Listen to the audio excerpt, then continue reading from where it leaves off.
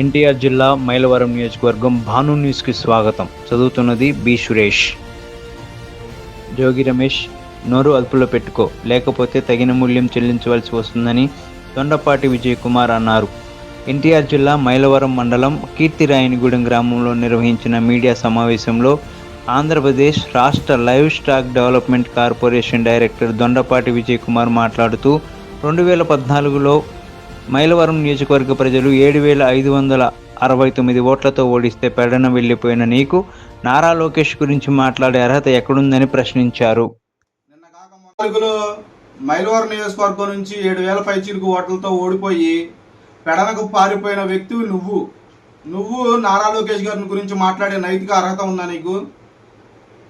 ఏదైతే 2019లో నారా లోకేష్ గారు 1985 తర్వాత మంగళగిరిలో తెలుగుదేశం పార్టీ ప్రాతినిధ్యం వహించిన అభ్యర్థి ఇంతవరకు గెలవకపోయినా నేను వెళ్ళి అక్కడ తెలుగుదేశం పార్టీ జెండాని ఎగరేయాలని అతను ఒక పట్టుదలతో కంచుకోటను ఎంచుకోకుండా మంగళగిరి నియోజకవర్గాన్ని ఎంచుకొని అతని ప్రయత్నంలో 5,000 ఓట్ల పై చిలుకుతో ఓడిపోయాడు. కానీ 2024 వచ్చిన తర్వాత కూడా అతనేం నియోజకవర్గం మారలేదే నీకులాగా. 2024లో రాష్ట్రంలో 3వ అత్యధిక మెజార్టీతో గెలిచిన వ్యక్తి నారా లోకేష్ గారు. 91,000 పై చిలుకు ఓట్లతో గెలిచిన వ్యక్తి నారా లోకేష్ గారు. నీకు నారా లోకేష్ గారికి పొంతనేంటాయా? దొంగసారా అమ్ముకొని జీవితాన్ని సాగించే నువ్వెక్కడ? స్టాన్ఫోర్డ్ యూనివర్సిటీలో MBA చేసిన నారా లోకేష్ గారు ఎక్కడ? ఒళ్ళు దగ్గర పెట్టుకొని మాట్లాడు జోగి రమేష్.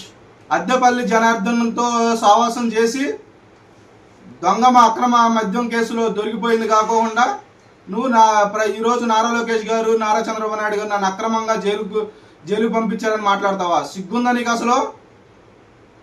నువ్వే చెప్పావు కానీ ప్రెస్ మీట్లో అద్దెపల్లి జనార్దన్తో వచ్చాడేమో మా ఇంటికి అని 2-3 సార్లు అన్నావా లేదా? ఈరోజు మళ్ళీ అద్దెపల్లి జనార్దన్ ఎవరో నాకు తెలియదని ఎట్లా మాట్లాడతావు? అదేవిధంగా జైలు నుంచి విడుదలయ్యావు. వచ్చిన తర్వాత ఇబ్రహీంపట్నం రింగ్ సెంటర్లో నువ్వు చేసిన ఆగడాలేంటి? ఏసీపీ గారి మీద ఎస్ట్ వచ్చినట్టు నోరు పారేసుకుంటావా? పోలీసులు అంటే నీకు గౌరవం ఉందా? పోలీస్ వ్యవస్థ అంటే నీకు గౌరవం ఉందా అసలు? ఒళ్ళు దగ్గర పెట్టుకొని మాట్లాడు జోగి రమేష్. ఏదైతే నీ కులస్తుడికి చెందిన అమర్నాథ్ గౌడ్ ఆడ అక్కని వేధిస్తున్నాడని చెప్పి అతి కిరాతకంగా చంపేస్తే నువ్వు వెళ్ళి ఆ శవానికి ఒక రేటు కట్టొచ్చావే కానీ నువ్వేమైనా న్యాయం చేసావా కుటుంబానికి? అదే నారా లోకేష్ గారు ఆ కుటుంబాన్ని కుటుంబ బాధ్యత మొత్తం తన భుజాల మీద వేసుకొని ఆ కుటుంబానికి అన్ని విధాలుగా తోడే నిలుస్తున్నాడు నారా లోకేష్ గారు. నువ్వా నారా లోకేష్ గారి గురించి మాట్లాడేది?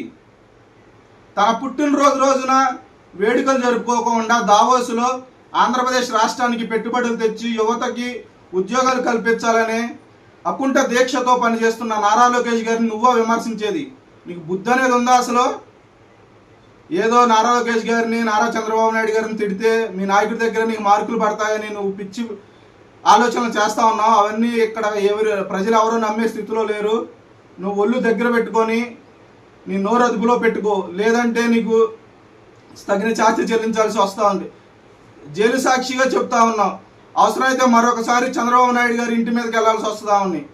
అధికారంలో లేనప్పుడే తెలుగుదేశం పార్టీ నాయకులు నీకు తగిన బుద్ధి చెప్పారు. మరొకసారి వెళ్తా ఉన్నావు. ఈసారి వెళ్తే నీ బాడీ ఉంటుందో కూడా లేని తెలియని పరిస్థితిలో ఉంటుంది. అర్థమైందా జోగి రమేష్?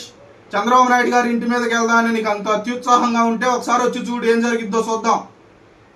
ఎస్ట్ వచ్చినట్టు నోరు పారేసుకోవడం, తెలుగుదేశం పార్టీ నాయకుల మీద మమ్మల్ని అక్రమంగా అరెస్ట్ చేశారు, ఇలా చేశారని సిట్టు మీద శాపనార్థాలు పెట్టి నువ్వు ఎస్ట్ వచ్చినట్టు ప్రేలాపనలు పేలుతా ఉన్నావు. నీకు దమ్ముంటే అది తప్పు, నేను అక్రమ మద్యం చేయలేదని నిరూపించుకో. అంతేగాని నువ్వు అక్రమద్యం చేసి అద్దెపల్లి జనార్దన్తో సాహసం చేసి ఈరోజు అక్రమంగా జైలు 83 రోజులు శిక్ష విధించి నువ్వు బెయిల్ మీద విడుదలయ్యావు. నీకు పూర్తిగా బెయిల్ ఏం రాలేదు. నువ్వు ఈరోజు నేనేదో సత్యహరిశ్చంద్రుడిని, నేను జైలు నుంచి విడుదలయ్యాను, నాకంటే ఇదిగా లేడు, నేను మహాత్ముడిని అయ్యని చెప్పి జైలు సాక్షిగా కాలు రగరేస్తా ఉన్నావు. నువ్వు మాట్లాడుతూ ఉంటే నీ నాయకులు మల్లా విష్ణు కానివ్వండి, వెల్లంపల్లి శ్రీను వాళ్ళకే విరక్తి పుట్టి చూస్తే నువ్వు ఒకసారి ఆ వీడియో చూసుకో. వాళ్ళ ముఖ కదలికలు ఎలా ఉన్నాయో ఒకసారి నువ్వు కూడా చూసుకో. వాళ్ళ జోగి రమేష్ ఎక్కడైనా నీ స్థాయిని తగ్గించు, స్థాయిని మించి ఎక్కువగా మాకు. ఏదైతే నారా లోకేష్ గారిని, నారా చంద్రబాబు నాయుడు గారిని ప్రతిసారి వాళ్ళని తిడితేనో, లేదంటే వాళ్ళని ప్రెస్ మీట్ ద్వారా వాళ్ళని నువ్వు ప్రశ్నిస్తేనో నీ స్థాయి ఏదో పెరుగుతుంది అనుకుంటున్నావు. నీకు అంత స్థాయి లేదు. ఇకనైనా నువ్వు నీ స్థాయిని మర్చిపోని తెలుగుదేశం పార్టీ నాయకుల మీద పిచ్చి ప్రలాపనలు చేయటం మానుకోవాలని హెచ్చరిస్తా ఉన్నాను.